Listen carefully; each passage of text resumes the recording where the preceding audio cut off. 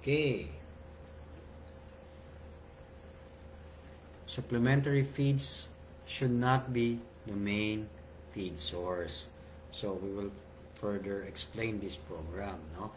Ano nga ba yung mga supplementary feeds na yan, no? Like example, to mga ito, no?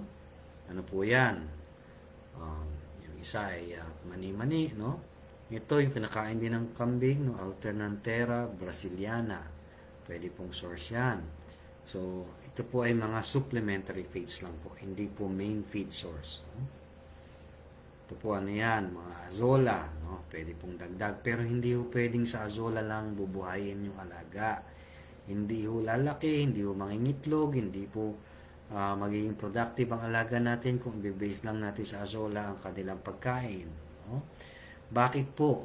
Meron po mga essential amino acids kailangan ng ating mga alaga, ang mga manok in particular, no? Lysine, methionine, cysteine, and methionine. No? Itong mga to ay merong requirement para lumaki. Pagka po kulang yan, hindi po lumalaki ang mga alaga natin, hindi po nade-develop na lumaki. And eventually, hindi po siya pwedeng pangkarne o pangitlog. Sa right side po, ang azola, makikita natin na ang methionine niya ay mababa. Ang cysteine niya ay mababa. At wala siyang, ang lysine niya ay mababa din. So, hindi siya pwedeng gamitin. At para ma-meet niya, requirement niya ng lysine na yan, marami pong volume ang kailangan kainin na mabubusog siya, yung manok, bago po ma-meet yung requirement na yon. So, ayaw po natin mangyari yon dahil kailangan po ay nasa oras ang growth ng ating alaga, kung di malilipasan po sila ng growth curve. Ang mga manok po natin, pwede rin bigyan ng alternative or supplementary by garden, yung mga garden, mga sitaw, mga ganyan, pwede po natin bigyan yan. Malunggay, no, as supplementary only. Same problem din po, hindi po ganun ka-nutritious yan like soya, no? Which is requirement as a growth requirement ng hayop and production requirement. No? Pwede rin kayo maglagay ng herbal gardens ninyo. In the process ay nakakatulong sa inyong mga alaga, at the same time, additional business. Ito po ay mga edible flowers, tsaka wheatgrass. Pwede po niyong bigyan ng inyong alaga as supplements, 10%, not as the main source.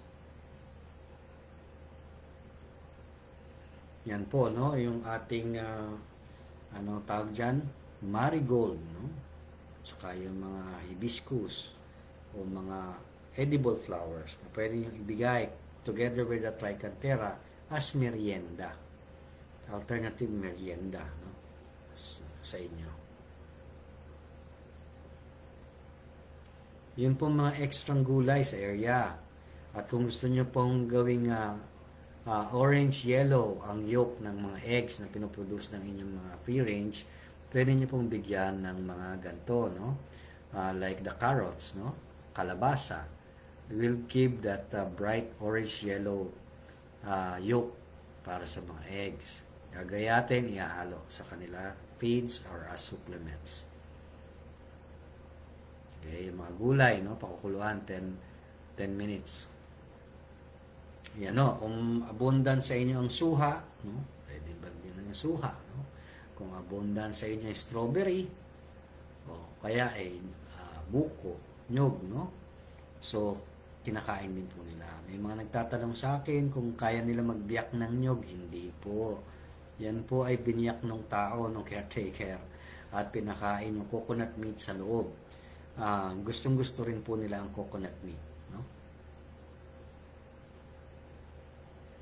Yan, yung mga surplus na mga vegetables pwedeng gamitin as a supplementary feeds.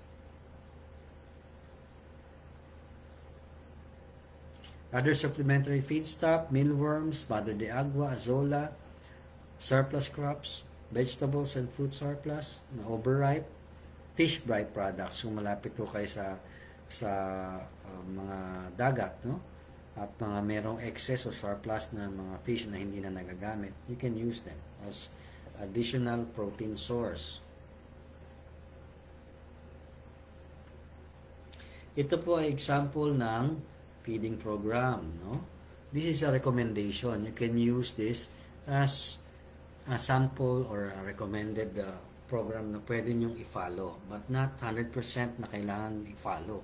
You can go straight to feeds if that is your option. But we recommend this to improve the digestive system of the animal. So, nakakatulong po ito na prebiotic system. Ano naman po yung prebiotic? Ito po yung sistema na pine-prepare nyo yung katawan ng manok sa pamamagitan ng mga binibigay nating mga added supplementaries, no? Like bamboo leaves, no? 1 cup newly chopped young bamboo leaves. So, ibig sabihin mo yan, yung mura ng mga dahon ng mga kawayan, no? And 1 cup brown rice given at day 1. Only unpolished rice po. Pwede rin po, no? So, yun po yung imimix natin. Ibibigay mo natin as a primer. And then, after 10, then pagka naubos yan, you can use fresh grasses po at 10 a.m., 10 minutes lang to prepare them in eating grasses. And then, day 2, hanggang thereon, commercial feeds na po pwedeng bigay, plus the supplements. So, ang supplements po, usually you start at about 35 days to 45 days as supplements of 10%. Doon ho kaya pwede mag-start na magbigay. And then, pagka po malalaki na yung ating inasal, pwede na pong katayin. Then, you just continue for the layers by using grower crumble muna. Pagka ng itlog, you use laying crumble. Plus alternative feeds. So, ayan, yung ginayat na bamboo leaves, no? Hinahalo sa unpolished rice or brown rice. Malunggay juice naman, this is the instructions kung paano mag-create ng malunggay juice.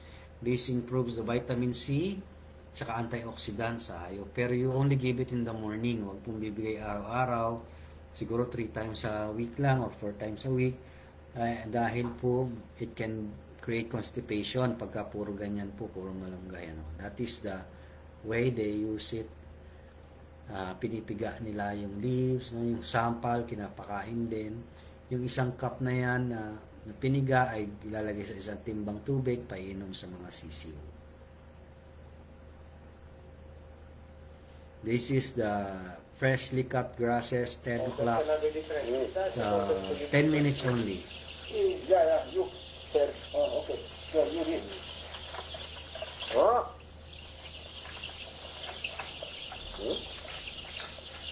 Yan, kinukondisyon na po na kumain ng freshly cut grasses yung ating so prepared na yung bituka nila and eventually it will give you a good quality meat na iba yung lasa, mas na-improve yung lasa. Calcium phosphate free choice, ito po binibigay natin sa mga alaga natin pagka gusto natin tumibay po yung kanilang eggshells at yung mga bones nila ay mas matibay. So usually ang ginagrinder or ginagamit yung mga blender para po dinidikdik po at pinapatuyo using maybe an oven toaster or sun-dried. But po kailangan kasi po yung pong eggshell po, yung thickness niyan slowly yan ay numinipis. Pag nagnipis na po yan, lagi po nababasagan ng itlog. No? Calcium deposits in the hen's body is constantly depleted as the hen lay eggs. No? Pag tin shell ang eggs, wala ho kayong table egg production or hatching egg production. Iba na ang negosyo nyo dyan, leche plant production na po, hindi na po egg production. Calcium phosphorus free choice, no? Oyster shell ang the best, no? Boil and crush store. Pwede po yung snail shells, no? Kuhol, wag po yung garden shell, no? Snail, kuhol shells po. Boil for 10 minutes, then crushed, and then provided free choice. Limestone po, eggshell boiled and finally crushed, given free choice. So, nilalagay lang po yan sa kanilang kulungan. Sila na ang bahalang kumain ng pino. Pinipino lang po mabuti. Record keeping is making the habit of recording towards better profitability. So, importante po yan para po malaman natin ang tinatakbo ng ating negosyo sa farming. 9 out of 10 farmers don't keep records. So, important po yan. so that we can trace kung ano po ang problema ng farming ninyo at mai-correct yan at ma-minimize ang mga wastage. No? Ayan po ang mga makukuha nyong mga important information. No? Keep records of inventories, mortalities, feed consumption, water consumption, medications, farm activities, even the visitors, kung sino mga bibisita, palagin ninyo po, pasainin ninyo. Most important is the cost profit. Diyan nyo po madididak kung kumikita po kayo, malaki ho ba o paano kayo kumikita, saan po kayo makakamenos, etc. Okay? Importante po ang records. Ito po ay sample ng records, naka-logbook po, no, para hindi po napupunit, no? Hindi po na doktor, ika nga, may mga doktor minsan sa farm. So, kailangan po natin iwasan yung mga doktor na yan dahil kailangan po natin ng true records to get the actual results, no, or real results sa farming. Tsaka pagka wala ho kayo sa area na matagal, you have a reference point kung ano po nangyayari sa mga alaga ninyo. A separate record of expenses is also recommended para makita niyo po yung profit and loss ninyo. You can make this as references for your program, no? Kung gamitin yung template.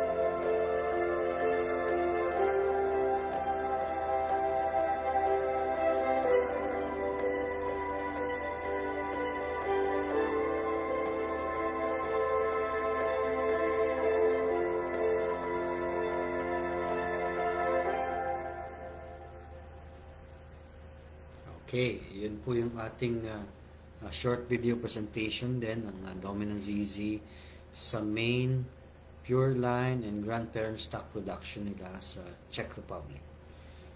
Now we will proceed to the other topics, no? So we are more than half na po at malapit na po matapos to.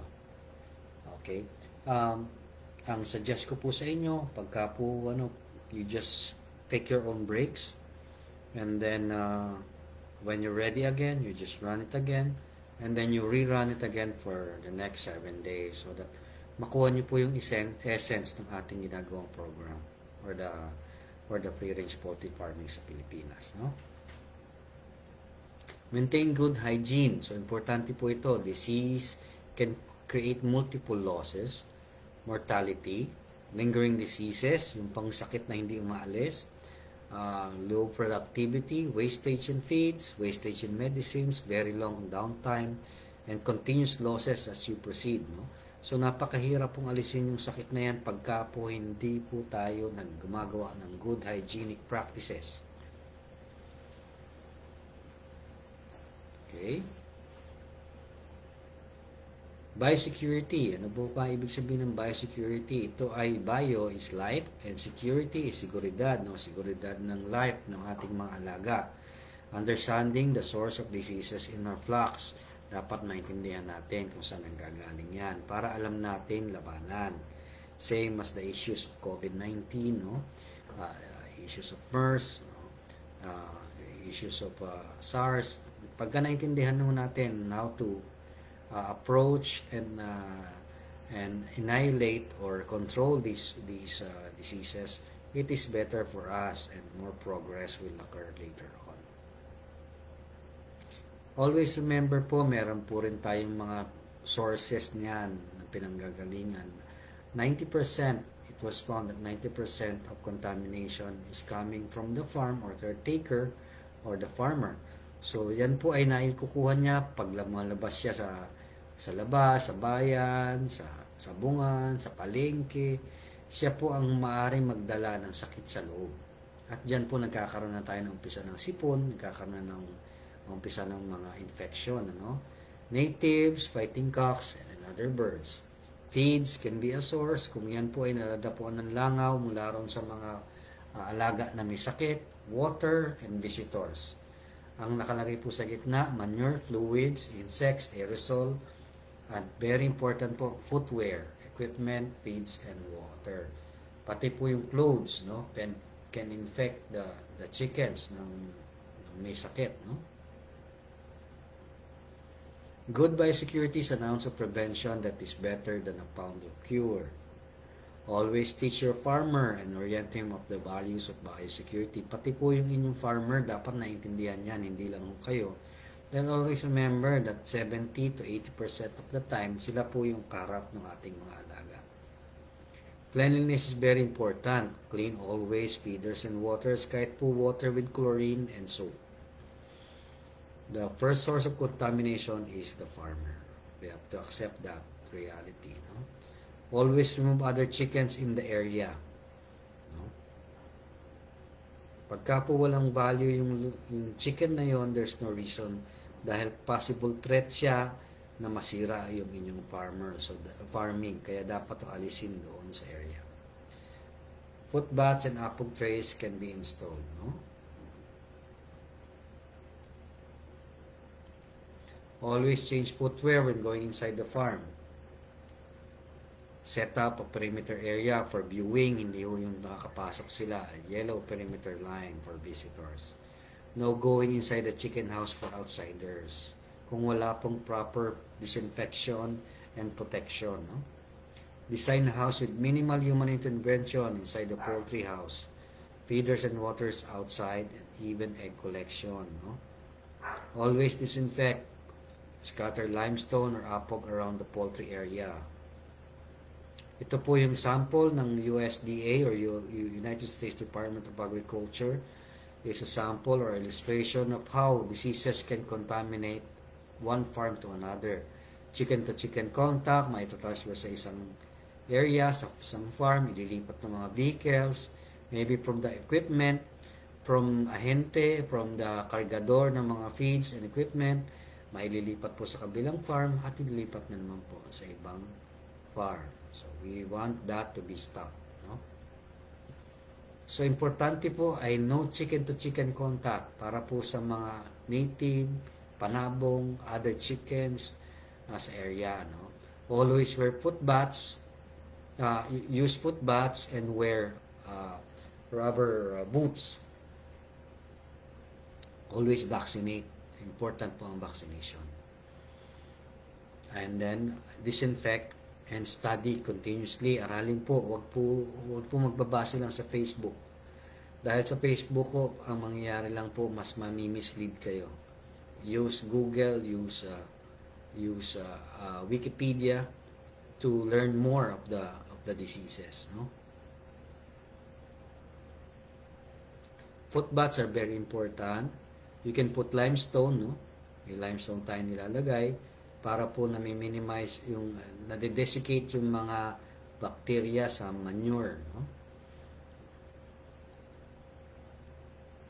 Yan po ang isang example, scientific example ng boots na may disinfectant, nawawala po yung mga bacteria from marami hanggang sa tubig lang ang nakalagay at wala pong disinfectant. Nagkakaroon pa rin po ng bacterial load. So, naililipat din po. So, importante po yung mga bota natin ay merong foot bath na nadidisinfect. Yan po ang other sources pa rin, ano? Ibon, rodents, no, flies, iniiwasan po yung maintenance man, tools. Yan po ang mga red flag na dapat tinitignan natin, no? Pagka may mga ganyan sa farm nating activity. Tsinelas po sa loob kung wala po tayong bota, no? At yung sapatos sa labas, yung mga outsiders bawal po magpasok. Palit po silang tsinelas. Okay, apog nakapaligid. Ito po sa Vietnam ko ito pinicturan, sa consultancy ko po doon, and they are doing smallholder farming din doon sa Vietnam. Okay, disinfectant, hand disinfection, foot baths, footwear, and then rubber boots, no? So, para pong pamilyar, actually, binuo ko itong mga seminar na to for almost 4 or 5 years already. Pero the process and how to prevent COVID cases, no, is also integral to this process. So, kailangan po naintindihan din natin yung nature ng ating problema. So, roll out nest po ang ginagawa natin. So, nilalabas na nandito yung eggs, yan po yung mga manok, pipikapin na lang po rito yung mga itlog. I-inspectin na lang po yung loob ng kulungan kung meron pong mga natitirang eggs. For waterers and feeders ay nasa labas. Yan.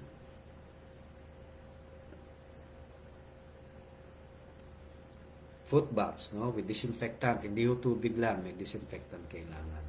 Ang ginagamit po dyan ay mga glutaraldehyde-based disinfectants or phenol-based disinfectants pagka po sa mga foot baths. Hindi po pwede yung mga chlorine-based disinfectant. Okay? So, next important topic po natin ay very important pagka po sa mga first timers, kaya po dapat ay aralin nyo po ito mabuti, no? Which is proper brooding, an essential foundation of productive chickens. Diyan po nag-uumpisa lahat pagka po tayo ay nag-aalaga na ng hands-on, nag-start na. Okay? Proper brooding system, providing artificial heat to baby chicks to survive. No? Kasi yung mga sisiw, hindi po nila kaya mag-create ng heat ng body nila. So, once they consume their yung baon nilang yolk sa loob, no? Kailangan na nila mag-create ng kanilang warmth at hindi nila kaya mag-isa yan. Very critical in unlocking the good genetic and desirable genetics, no? First 30 days is very important, and the system, the immune system, the organs, the digestive system are being formed or being developed. So pagka po yan huminto, takbo, hinto, takbo, apektado po yung kanilang productivity. It is a big jump rate for growth and initial growth spurt para sa mga chicks po. Common error for new farmers, no?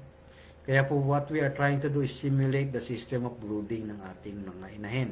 Hindi yun natin pwedeng pag-broodingin ng ating mga breeders dahil po mag-i-stop ang mga itlog yan. Pag nag-stop ang mga itlog, lugi ho tayo dahil hindi po sila tatanda na po sila. Hindi na sila magpo-produce ng same amount of eggs, same volume of eggs. No? From 35 grammars to 300 grams in just 30 days. No? Very critical in health and productivity of the chicken. Essential foundations of organs and body are formed. Good brooding equals good chance of good production.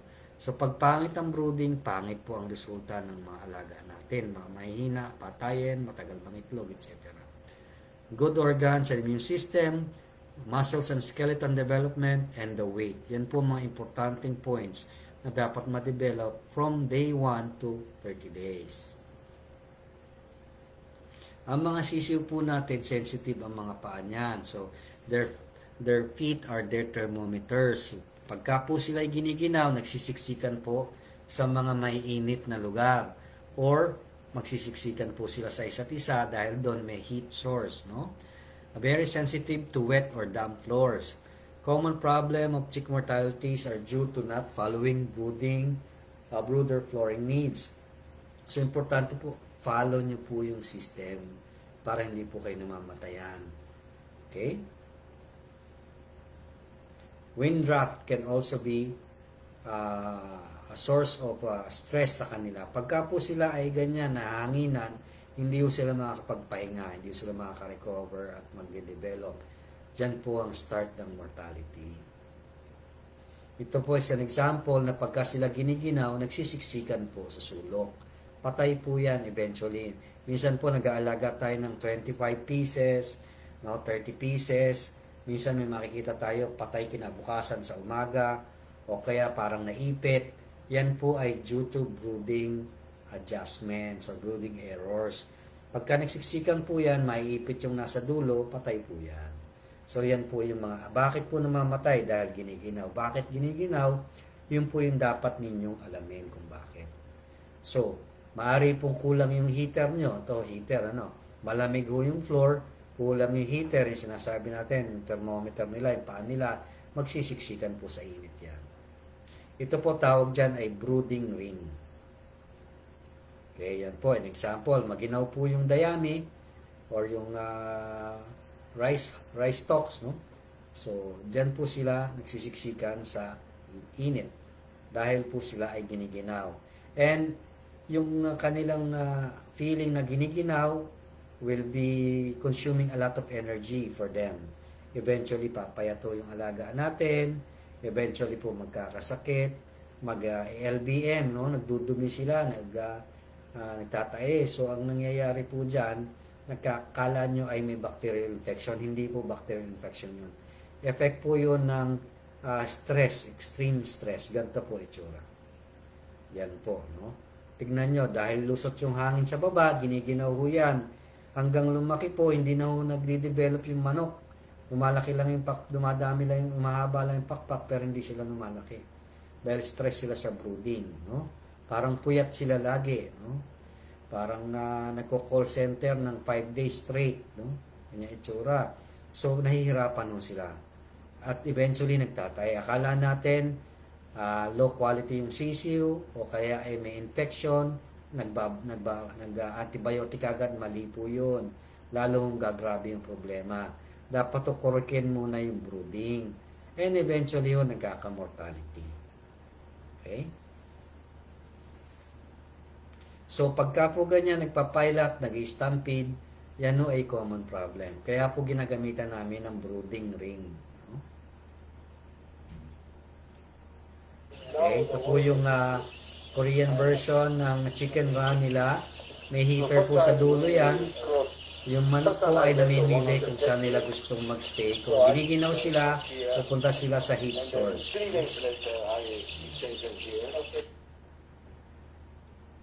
Okay, ito po yung mga brooding equipment na kailangan ninyo, no? At pakita po natin sa illustration niya. Okay?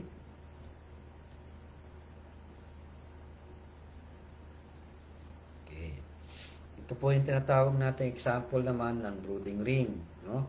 Ito yung chicken run na Korean style, no? Ang heater po nasa dulo. Ito po ang heater nasa loob po nung kubol. Sa loob po dyan, lalagyan natin ng heater. Kung wala po nung mga hot water bottles, pwede pong bumbilya, nakapasok po dyan, na incandescent. Hindi po pwedeng LED, hindi pwedeng CFL, incandescent po, na at least 100 watts na dalawa. Okay? So, dyan po sila papasok sa loob. May slash po yan. Ano? We will tell you why later. Yan po, lalagyan nyo ng 4 pages ng newspaper bago po yung ipa. Wag po ipa agad. Dahil po mangyayari dyan, kakainin po yung ipa, baka po mamatay ang ating mga sisiw. Dahil hindi pa nila alam na yan ay hindi kinakain. Okay? So, the best heat insulator for the flooring is rice hull pa rin. Carbonized rice hull is better, but if you're going to get the rice hulls, dapat to yung sariwa pa. Then, rice straw, dry shavings, no? Mga kusot, or shredded newspaper, or 4 o 5 patong na newspaper kung wala pong shredded, no? So, importante po, dry palagi yung paa nila. No? Hindi po pwedeng nilalatagan lang ng isang sheet ng newspaper dahil pag nagbasa yun, giginawin po yung paa. So, hindi po pwede. Karton mo, hindi rin po pwede. Hindi po mag-absorb enough ng moisture yun. Pag natapakan, giniginaw sila. So, ito yung schematics ng ating brooding ring. Doon sa loob yung kulambo, sa loob ng kulambo ay heater pipe. Dito po, sinasaksak dito para hindi, ito may screen yan, no? Para po yung hindi mapasok yung sisiw dito dahil nilalagyan ng hot water yan, nilalagay sa loob. Waterers, magkalayo sa feeders. Para po naglalakan na exercise ang ating alaga. Sa 2 meter diameter, you can put 100 to 150 chicks. Sa 2 meter diameter sa day 1. No? Yan po itsura, no? Habang pinapractice nila yung kanilang brooding. May trapal ang paligid, brooding ring. No? Yan po. No?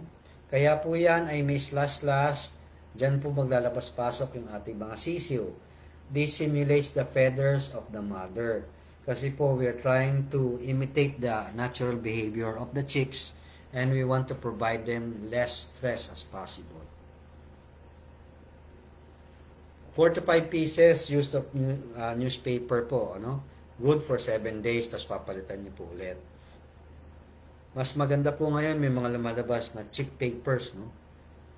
Ginagamit po ito para ito po yung nilalakaran nila instead of newspapers kasi mataas po mag-absorb ng moisture. Okay. Yan po yung newspaper, nakapatong, malunggay juice. No? Formal loading. Bilang ha? So, dyan po ay ginagawa yung ating inventory. Tapos, hinahayaan po yung mga sisiyo na uminom kagad o kaya yung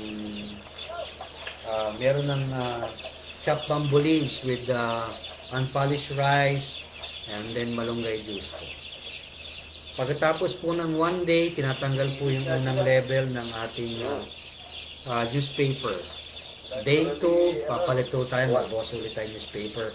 Hanggang after 4 days, ayun na pong rice hull ang kanilang flooring.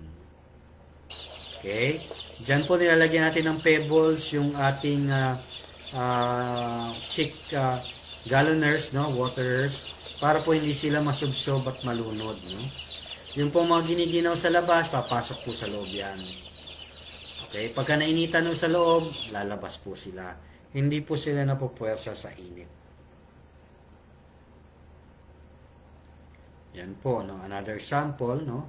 Nakatrapal ang paligid. Ito po ay infrared lamp ang gamit, no, heater lamp. No? And then, meron din siyang incandescent bulbs. Tapos, chick paper. Ito po ay umiinom sila may probiotics po yan para po hindi pasukan ng ipot yung kanilang inuman. Ganyan po ang dinesign ng Korea na si Bobby Cho.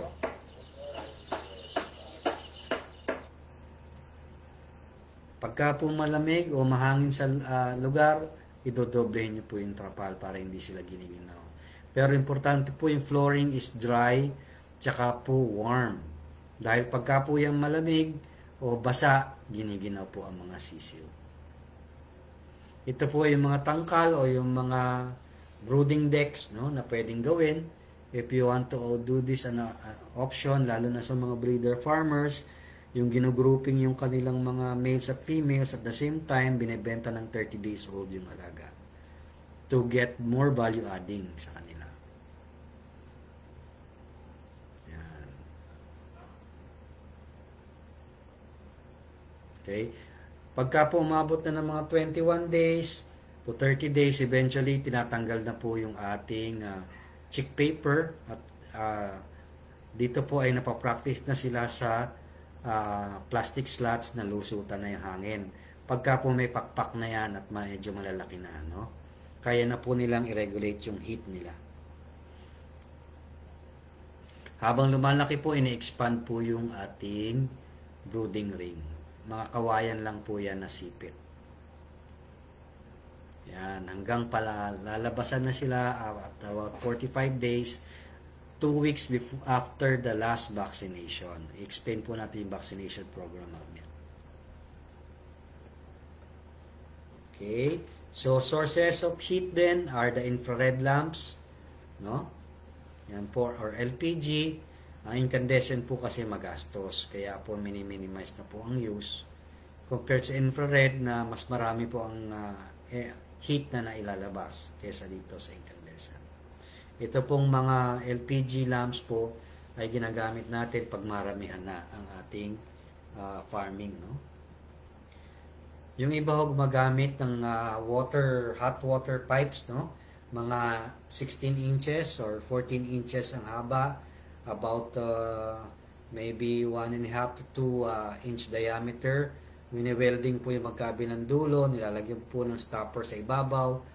Mga 5 o'clock po ng hapon or 6 o'clock ng gabi, lalagyan na ho ng hot water yan. At yan po yung isinusuksok doon sa lugar ng merong trapal, no? Merong kubol, no? Kamukha po dito, no? Yan po yan, no? Yan yung heater. Nilalagay dyan, nakakatsa po yan o sako, no?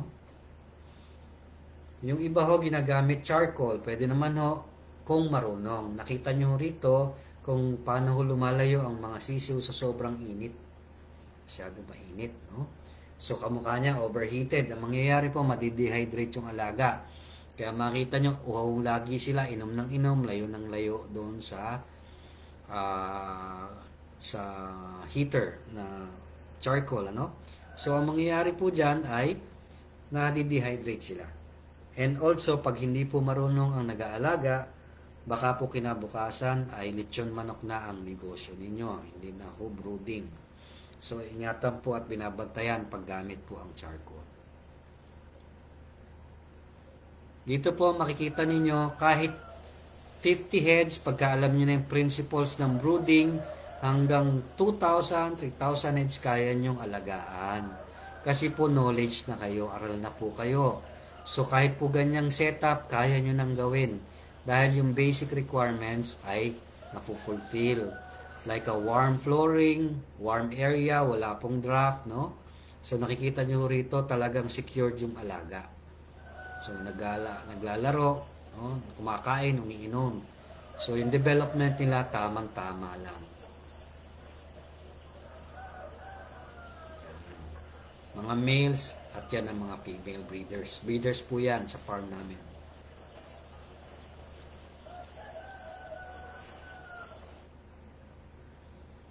Okay. Ito po pinakikita lang sa diagram na pagka masyadong mainit, kunyari ito yung heater, lumalayo po sila. Pagka po giniginaw, magdidikitan. Para pong pinakita ko mga actual pictures, ano? Pagka may drop o malamig dito o natatakot sila, nagsisiksikat sa isang sulok. Pagka po even ang distribution, tama po yung temperature, tama po yung kanilang environment. Ayan po, no? Pagka lumalaki na, ina-adjust nyo na yung inyong waterers, inaakit nyo na ng konti. Yan po ay may vitamins sa kanilang tubig at probiotics, no?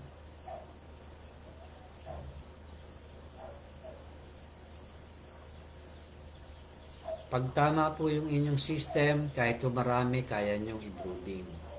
Pero kung mali, kahit ito 50, mahihirapan nung kayo mag-brooding. Hindi po pwedeng lupa lang o simento ang flooring kasi po giginawin ho yung mga sisiw. Hindi po pwedeng masyadong malawak din dahil papasok po yung hanging lamig. Yan. Sakto lang po yung size ng kulungan o brooding ring. No? Doable po yan, 50 to 1,000, kayang-kaya nyo na po. Okay, important tips, no? Actual floor area of the chicks must be rice hull, rice straw, no? Kailangan insulated, no? So, importante po yung mga bagay na yan. Place chick paper 4 pages. After 7 days, remove chick paper. Surround the brooding ring with paint sheet, no? Create a subroom inside the brooding area. And then, always check chicks, no? During night time, dahil yun yung time na malamig. At madaling araw, kailangan po chinecheck natin. Complete all feeders and water needs. Create artificial heat and water bottles or charcoal heaters. No? So, importante po yan mga yan.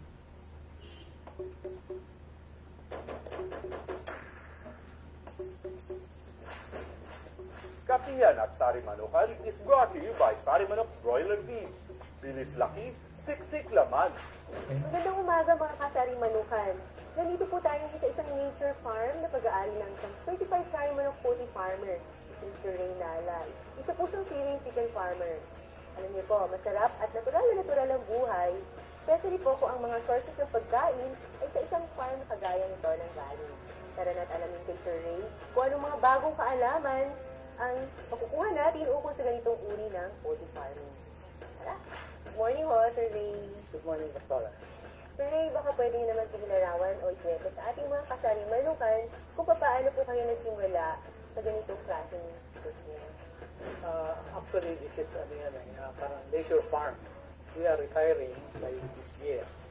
Pero, naisip namin na magre-retire kami dito sa lupa namin, kailangan may paglilibangan kami. So, attend ako ng seminar kay Dr. Erwin Cruz. At nagpasa kami ng konti lang, 100 piraso. Na ang tema ay all natural. Papakain natin ay prutas, gulay, at saka yung mga ibang dahon na pwedeng ipakain sa manok. Pero natuklasan namin na hindi tama, hindi makukuha yung tamang timbang sa tamang panahon. So, to supplement yung ating pag-aalaga ng manok para makuha natin yung tamang timbang, kung nirekomenda ni Dr. Cruz yung commercial feed na Sari Manok. Nabanggit po na nagsimula po kayo sa 100 heads. Ano pong klase ng mga manok po ito? Nag-umpisa ako ng 100 ulong broiler at 100 ulong layer.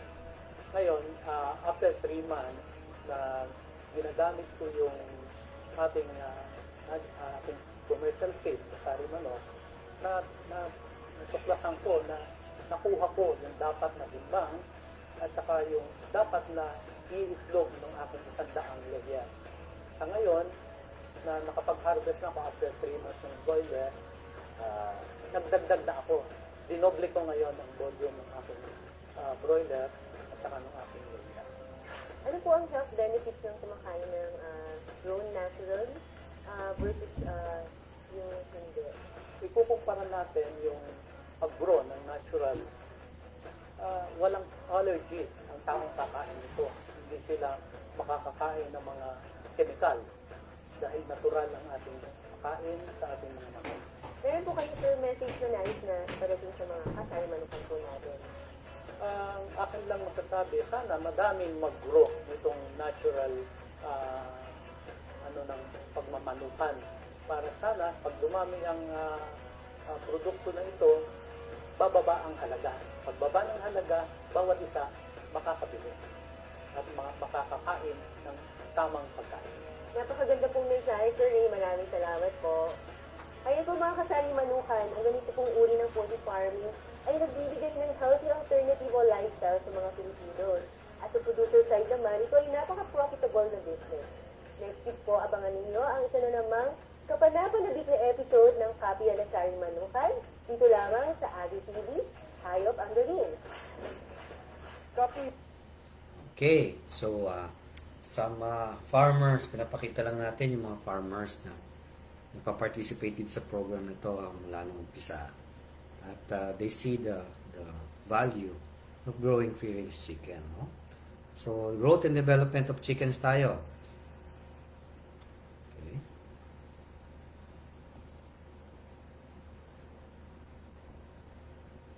Brooding stage is ang age ng ating mga sisiu from day 1 to 30 days. Ang growing stage ay from 31 to 120 days. So, para sila mga teenager dyan sa level na yan. And then, adult stage from 121 days up. This is the time when their adult sexual development and maturity takes place. No? So, yan yung mga stages na dapat maintindihan natin. Sa growing stage, dyan po, provide oyster shell or calcium-free choice starting at day 14, no? 2 weeks after ng age nila, no? Transition stage from chick to productive hen or cockerel. Maintenance stage po ito. Dahil pinapalaki lang natin sila para mag-mature. High incidences of diseases pagka hindi po natin to tinutukan. Mga sipon, coccidiosis, worms, etc. can be prevented with good biosecurity. Weight targets must be met to prepare the chickens for sexual maturity sa layers. Ang perching sticks naman po, ito po yan, no? Ito po, pagka po nag-grow tayo, and then eventually, kailangan po meron silang tinutungtungan. Okay, yan, ang mga perching sticks. Diyan po sila nag-stay dahil they feel safer if they are on top, roosting on top, no? So, this helps them relax at night especially. Expanding the growing house is important to perform until you reach a floor area of 6 to 7 birds per square meter. Mas malaki po, plus 20% the better. Weekly sample weighing must be done of 10% of the flock. So, titimbang mo kayo ng 10% ng flock ninyo. Provide a dust bath. Papakita po natin yung dust bath, no? And selection and segregation program must be done. So, tuturo po natin yung selection and segregation program. Okay? Ito po yung itsura ng mga dust baths. Importante po yan sa animal welfare ngayon na dinedevelop dahil po kailangan they have the right to dust themselves because it helps reduce itchiness, mites, parasites, and stress. No? Normal behavior of chicken is being practiced here, no? To clean their body with dust. Selection and segregation program starting at the 2nd week or to 3rd week of life. Sineselect nyo na po yung maliliit, binubukod nyo po. Dahil po yan, normal po yan, meron po mga nahuhuli, no? Kailangan po para hindi mabansot na tuluyan, ibukod sila at pag grupo-grupuhin per size. So you have a small, medium, large group na pwede nyo lagay na i-divide nyo lang ho ng free-range nets, no? Yung mga nets. Para po sa selection nyo, pagka po may lumalaki na, ililipat nyo naman po sa mga sizes na kabats niya. So, weekly po yan hanggang mag-uniform ang sizes nila. This is the average feed consumption, no? So, ito ay pinapakita natin na more or less, ito ang kakainin ng manok every, kunyari, daily, no? For example, daily. Gram per day, no? Papakita lang natin dito. Okay, ito yung week. For example, 8 weeks. Ang kinakain niyan per day is more or less 49 grams. Pero dyan po kasi, hindi ho mag-overeating yan. So, bigay lang po kayo ng bigay ng feeds. Huwag lang mapapanis yung feeds doon sa pakainan, ano? And then, this will be your parameter. Pagka po 8 weeks na siya, more or less, ang timbang niya is 650 grams for females and 840 grams sa males. Pagka po mainit na lugar, 800 grams of males, 630 grams. Yan po yung inyong target weight, no? Pagka po yan ay mababa, kailangan po mag-extra feeding pa kayo, dagdag pa kayo ng feeds, no? So, as they grow until they reach 18 weeks, more or less ang kinainan niyan ay about 79 grams per bird per day. At ang kanyang kinain mula day 1 as a day old hanggang 18 weeks ay about 6.6 kilos approximately, no, per bird. So yan po yung total budget na feeds na kailangan mo hanggang mangitlog yung inyong alaga. Okay, ito naman po ay ang growing stage. So kailangan po sa growing stage ay uniform po ang timbang halos, hindi po siya lumalayo. So pagka po ganyan uniform, maganda po ang resulta niyan sa inyong productivity at sulit po yung inyong pinakain. Kukunti lang po ang natapon o nawala, no? Summary on grow out, age 4 weeks to 18 weeks, incidences of sickness might occur, so babantayan niyo po yan. Due to high bacterial load, ibig sabihin po niyan, maglilinis po lagi ng paligid nila. Sample weighing must be done weekly, and starting the 3rd week, get weights of 20-30 chickens or 10%, no? Para po makita natin yung development ng kanilang timbang.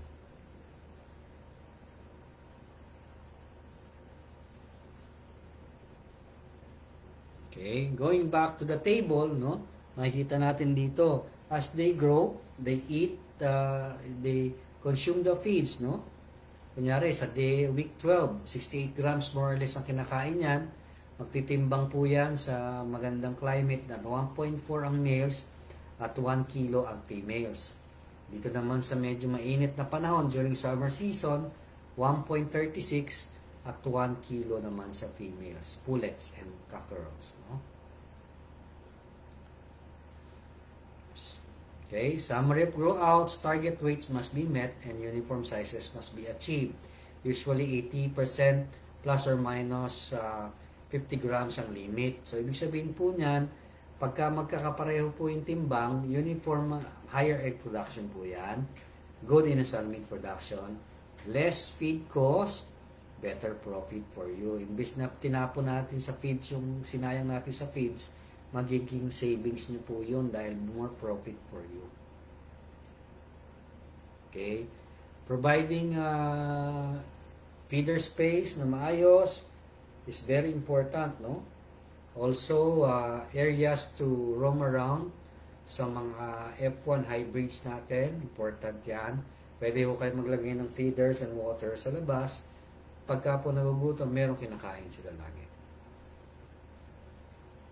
So, 80% uniformity is very important para po maging productive sila. Yung pong overweight, medyo hindi po malakas mangitlog yan and usually nag-i-stop po sila ng maaga. And also older hens. Sa inasal type po, no, hina-harvest natin yan between 12 weeks to 16 weeks. No? Feeding program is day 1 to 21 chick booster crumble. Chick booster po, feeding time is 4 hours until 6 p.m. Every 4 hours. Gugutomin nyo konti, pakain na naman. Gutom, pakain. Kasi hinahabol nyo dyan, mabilis lumaki at the shortest time at yung lasa po ay makuha rin at the age of 70 days. No? So, yan. Sa 45 to 51 days, provide alternative feeds po. Still feeds provided as the main source of nutrition. Okay, ito po yung mga recommended din natin na health program na pwede nyo gawin sa under normal situations. No?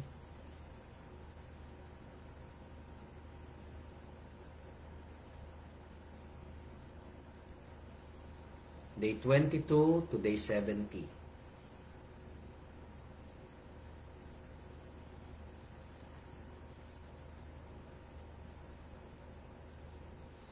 Antibiotics can be optional kung may sakit po. No? Ngayon, pwede na po katayin niya at about 70 days pataas. So, yan po mga nakita nyo, yan yung sa province na binibenta pong live. Kasi po pag breast chicken po, meron po tayong National Meat Inspection Service, no? So, hindi tayo pwedeng basta-basta magbenta ng breast chicken nang wala ng certification na yon. So, kailangan natin ng live weight, live sales na lang muna tayo, no? Kung wala tayong NMIS certification.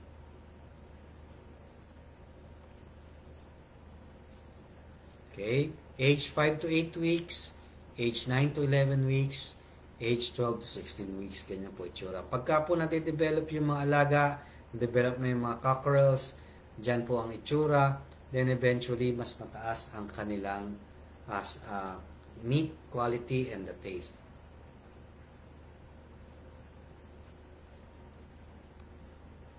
Growing tips, no? Keep them inside the cages for 30 to 45 days, no? Keep and provide fresh cut grasses, range at 45 days is the best, no? Tapos, can reduce feeding by substituting 10%, no?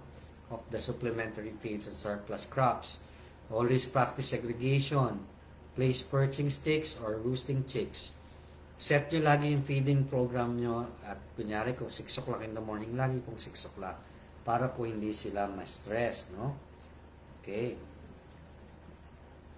Harvest time, no? At 12 to 16 weeks, ito po makikita nyo more or less kung magkano ang potential, no?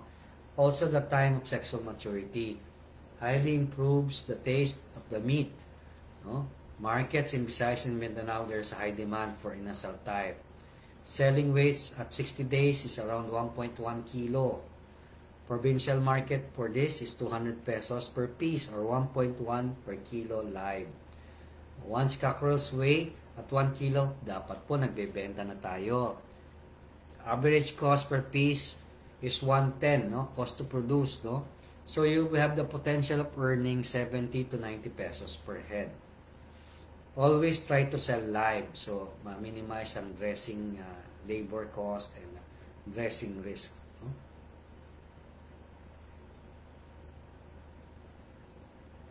Preparation for laying and layer types, no? From 12 weeks to 18 weeks. So yun naman mga layers, pagka nag-harvest na tayo ng inasal, ito naman po ang mga programs na dapat nyo maintindihan.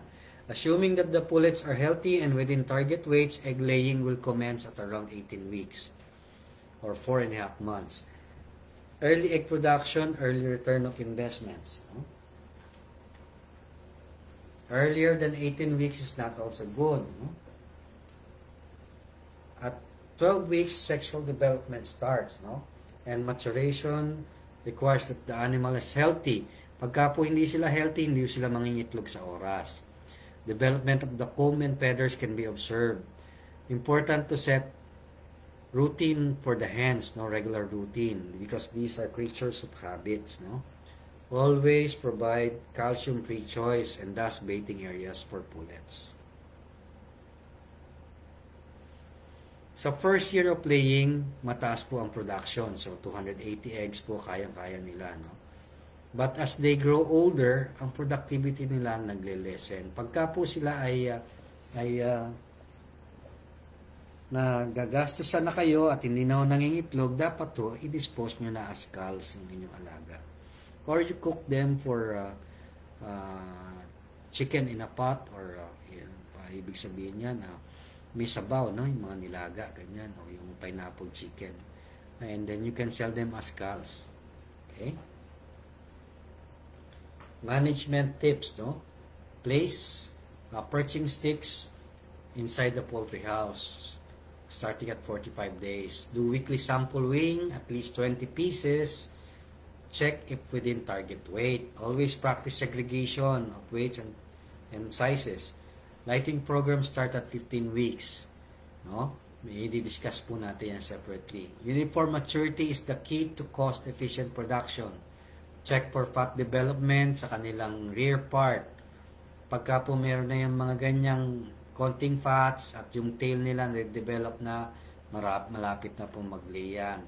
If healthy at 14 weeks, deworm and vaccinate. Last vaccination na po yan. Then deworm after 10 days again. No? Yan po yung ating recommended management tips.